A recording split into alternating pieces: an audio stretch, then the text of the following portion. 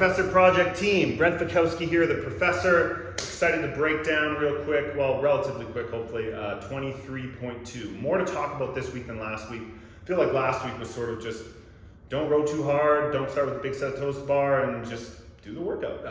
This week, a couple more things, especially since burpee pull-ups maybe aren't as common. Shuttle runs, first time in the open. We have been doing a lot of shuttle runs. So Professor Project members, we've been doing a lot of shuttle runs, been trying to squeeze in a shuttle run workout for everyone, including myself, at least once a week. And so should be ready for those. Hopefully we've got a technique dialed in for those, but we're gonna go over some technical stuff. And yeah, so if you haven't looked at the workout already, go to games.costco.com, look at the workout, make sure you know the standards, make sure you know the standard. Oh man, my lats are really tight right now. For reaching and measuring your pull-up bar, it needs to be pretty high, probably higher than the bar you usually use. You know, this is too low. I'll need to raise this if I do it in this gym. So keep that in mind. You'll need to raise your pull-up bars. And yeah, there's a lift at the end, which is fun. Maxing out your thrusters is something that's usually done from the floor, so squat, clean thruster. Let's just dig into it here. So we're gonna talk first about the shuttles. For the community members, they were 125 to 140. For the elite athletes, Pat and Roman, they started at about a minute, maybe just under a minute, just over a minute, and then their slowest runs, the last like two, were around 1:30. So they slowed down a lot. Maybe they started a little fast, easy for me to say. I know what it's like doing an open announcement.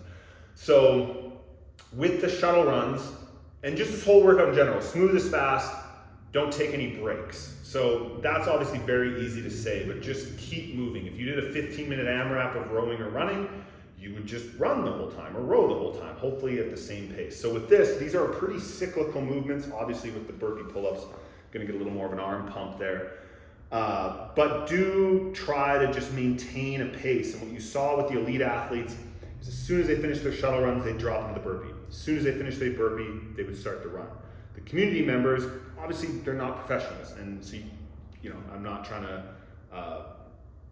insult them by any stretch. They did really, really well. But they would finish the shuttle run, they'd take a break. Finish their pull-ups, take a break, start the run. So just start, right? That's where you can gain that little bit of time. And it doesn't mean it just means you just get going. So start the burpee pull-up. The burpee pull-ups don't have to be miraculously fast, obviously not as fast as Pat and Roman's, but just get started. No water breaks, shouldn't need any chalk, that sort of thing. So let's talk about the shuttle runs. If you wanna know good shuttle run technique, watch the open announcement, watch Pat Bellmer. His shuttles were the best of the four. Watch Noah Olson do the quarterfinal workout from 2021. It was shuttle runs, wall balls, and rope climbs. He had great shuttle runs there. So the main things with the shuttle runs, ideally, you heard it on the broadcast, you alternate legs. So you come in here, left, and then down here, right, left, right. I would recommend, if possible, just like Pat did and just like Noah does, whatever leg is in front is going to be the loaded one, right? So this leg is the one that has most of the weight. That's going to be the one that's pushing off. Try to touch with that same hand. The reason for that, if I'm something like this, notice how this side, this left oblique, this left side here is nice and open. It's a lot easier to breathe. Something like this or like this, it's harder to breathe. You're compressed, right? Your whole body's on the floor. Here, you're gonna have at least part of your body a little bit more open, a little easier to breathe in that position. If you can, what's gonna be most efficient is getting a little bit of knee bend in that front leg, right? Here, bringing that weight down here and running forward. As you get tired, this is probably gonna happen, right? The straight leg, the rounded back. Try to avoid that. It is probably gonna happen. When it starts happening, you will feel it in your low back. That's not ideal, but it's fine. Now, if your back was rounding under load, under like a dumbbell snatch or a deadlift, don't be worried about it. If your low back was starting to pump up, you can feel it. I would say slow down. In this workout, it's not really dangerous. You're gonna be fine. Won't even have a sore low back the next day would be my guess. So, be aware that you might start feeling that and just kind of keep pushing through it. I've done a lot of shuttle run workouts, And when that starts to happen, I sometimes get a little timid and I slow down, and then I finish and I go, I could have just kind of pushed through that. Now it's obviously different if you're doing push-up or burpee pull-ups and you're feeling a massive pump in your arms and your shoulders. It's like, well, I can't keep that up for 15 minutes. If I'm feeling that at minute 5, I need to start managing that, I need to start slowing down. So anyway, shuttle runs. Try to alternate which leg, try to time your steps in so you're not taking a bunch of little steps. Ideally, it's going to look something like this. We'll get a good one in for you. That was all right. So practice those in the warm-up. That being said, you're going to resort to whatever is natural. You can do all the warming up in the world. After the first or second round, you're probably just going to resort to whatever shuttle runs feel normal to you, and that's going to be fun. So don't go faster than a minute on your first set of 10 shuttles. Try and be in that minute to minute 30 range. And yeah, just keep moving on those. Shuttle runs, it's pretty much all I wanted to talk about. There's not really much more to say. Remember to breathe. Burpee pull-ups. Grips, question mark. I would only wear grips if you have like a really aggressive kipping pull-up and you really need to swing to get one. So if you're someone who struggles to get more than, let's say, 5 kipping pull-ups in a row, I would wear grips because you're gonna create more friction with that big swing of the wrist. If you can do quite a few kipping pull-ups, I would not wear grips. If you're going to do burpee pull-ups like Pat Vellner and Roman Krenikov did, where you jump straight into the pull, I would definitely not wear grips. At no point in this workout should you need any chalk. Unless you're basically down to singles and you're like, you know, at a point in your fitness where pull-ups in general are really challenging, then yeah, you're gonna need to, you know, grip, chalk up your hands. So grips. In general, fast down, slow up, use gravity. So when you finish your pull-up, as soon as that chin gets over the bar, I want you to drop and drop to the floor. So however you do your pull-up, let's say you do a strict pull-up, I want you to try to drop down pretty quick. From here, you can go as slow as you want, right? Here, this is where I want you to rest, after the push, right? So after you push up, you need to take a breath, you need to put your hands on your knees. This is when you do it. When you finish the pull-up, get right to the floor. Right? Fast down, slower on the way up is the way to go. Pat and Roman did all step-ups and all step-downs for their burpees, right? So when they got to the floor and when they got off the floor, they were always using a slight step-up. They were going fast. I would recommend that too. I don't think jumping with 2 feet is going to be the way to go. So as much as you can, step up, step down. You can watch Pat and Roman. They both had great technique on those. Pull-up options. Like I said, you can do, I didn't really go over this too much yet. So you can do the jumping pull-up or the dead hang into a kipping pull-up. I would just try both, see what works for you. I'm going to be doing jumping. Make sure your pull-up bar is right. This pull-up bar here is too low. This will not count. I will have to raise this before completing the workout or do it in another pull-up bar somewhere else. Gotta raise this. So, jumping pull-ups. It's pretty simple. Jump. And as you're jumping, you grab and continue to pull. Or, do a little hop, do a pull-up. Those are 2 options. Just depends on your skill level. I would definitely, only the best. Hold on, let me just make sure this is still in the shot for y'all. Oh yeah. I would definitely recommend doing what Pat and Roman did if you can. It's gonna be faster, it's gonna be more efficient. You also don't have to pull as much, right? It's a lot faster, but you're not pulling as much. You're not using the smaller muscle groups in your arms, using the larger muscle groups in your legs to get a lot of the work done. A big thing, I didn't write it down, huge thing. There's nothing else from this video that will immediately give you an advantage. It's your hand placement. So the 2 community athletes were placing their hands behind the line for their push-up.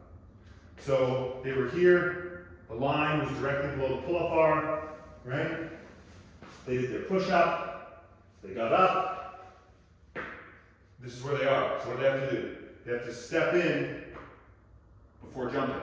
Pat and Roman put their hands in front of the line. So they're probably 9 inches further. And then what happens? You're down here. Push up. Oh, directly below the bar, right where I need to be to start a jump to complete a pull-up. So, hands in front of the plane of the bar, in front of the tape line. You can put circles on the ground if you want. As far as hand placement, if you like to go narrow, if you like to go wide, elbows in, elbows out, it's up to you. Really, it's just a personal preference. Whatever you typically do in training, don't change it now. With the pull-up, I would recommend most people go double overhand. I tried going underhand with burpee pull-ups. Doesn't seem to work as well. I wouldn't recommend switching it up halfway through. I would just stick with the same thing the whole way. Whatever you would usually do in this type of workout, for most people, it's just gonna be double overhand. You can try some double underhand to warm up. Do double overhand. Hand position, again, in front of that line. Obviously, when you're actually setting up in the gym, you're gonna be here. I'm gonna hit my feet. So I'm not doing the workout in this gym.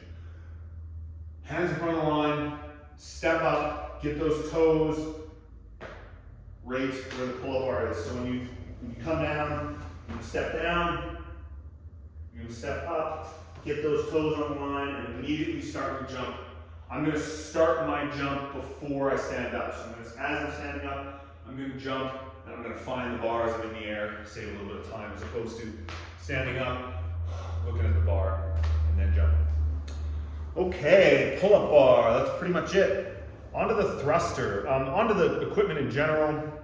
Have a belt ready for your cleaned thruster. I'd wear a t-shirt either for the entire workout or start the workout shirtless, and then put a fresh t-shirt on that's dry for the thruster, just so there's a little more friction, so you have something for the bar to rest on if you're sweating. I would have knee sleeves just like this, just like Pat and Roman did.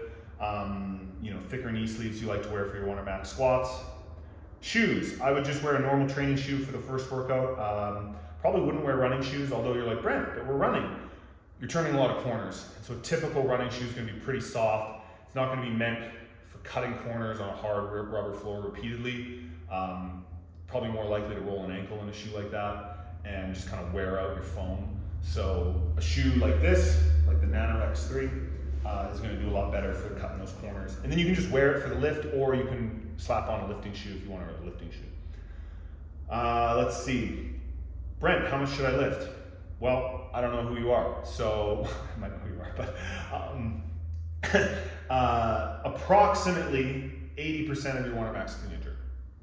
So if your 1 rep max clean and jerk is 225 pounds, you're gonna get about 180 pounds. That rang true, I think Roman, if you looked at the 1 rep max that Roman and Pat lifted at Wadapalooza, I think Pat today was at 78%, Roman was at 82%, so very close. You're gonna be above or below this 80% based on obviously how good you are at thrustering, but a lot of it's gonna come down to your pressing strength, right? So Roman has a really good push press, has a really strong strict press.